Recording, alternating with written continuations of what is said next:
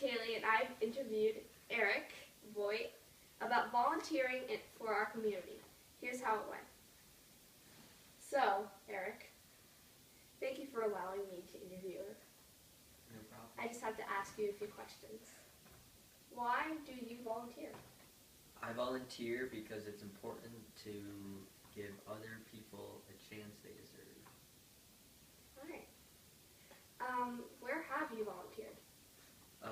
I have volunteered at multiple soup kitchens and food distribution centers. Cool. What rewards do you think a person gets from volunteering? I think the person who is doing the volunteering, it helps them feel good about themselves and better about the way they live and the things they have. And I think the person who's receiving the action, they feel very appreciative and are just happy that somebody's looking out for them. How might our world be different if there were no volunteers? Well, if there were no volunteers, the people who can't really provide for themselves, they would have a much harder time of living because they wouldn't maybe have the clothes they need or the food or any of that stuff. How will my community service benefit our community?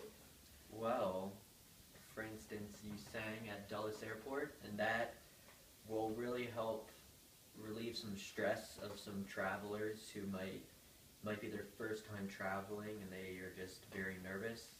Then you also worked at Food for Others, correct? Yeah. And that's good because it'll help give kids, especially in need, the food they deserve and need. All right. Do you think some kinds of service are more effective than others? I do think some kinds of service are more effective, such as anything related with food or clothes, because those are essentials of living, but I think all community services help. Well, All right. What's your favorite kind of community service?